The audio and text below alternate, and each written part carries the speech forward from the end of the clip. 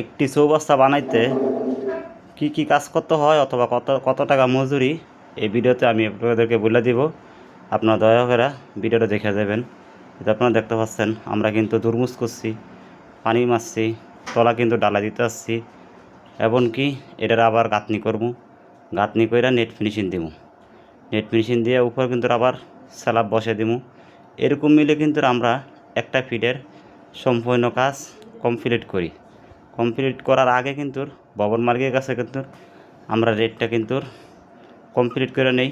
Rate যদি complete না হয় তাহলে কিন্তু কাজ করতে আমরা সবাই জানি কিন্তু সেখানে কিন্তু আমরা ইচ্ছুক না, তার জন্য আমরা কিন্তু সকলে রেটটা ফয়সলা করে নিই। যাই হোক, আপনারা দেখতে পাচ্ছেন যা যা কাজগুলো আমি করলাম, এমনকি নেট ফিনিশিং দিব, উপর আবার স্ল্যাবও বসামো, এই সব কাজ মিলিয়ে আমি এরা কন্ট্যাক্ট নিছি 1350 টাকা করে। তো কেউ এরকম মিলিয়ে আমাদের মতন কন্ট্রাক্টে কাজ করেন, সবাই একটু কম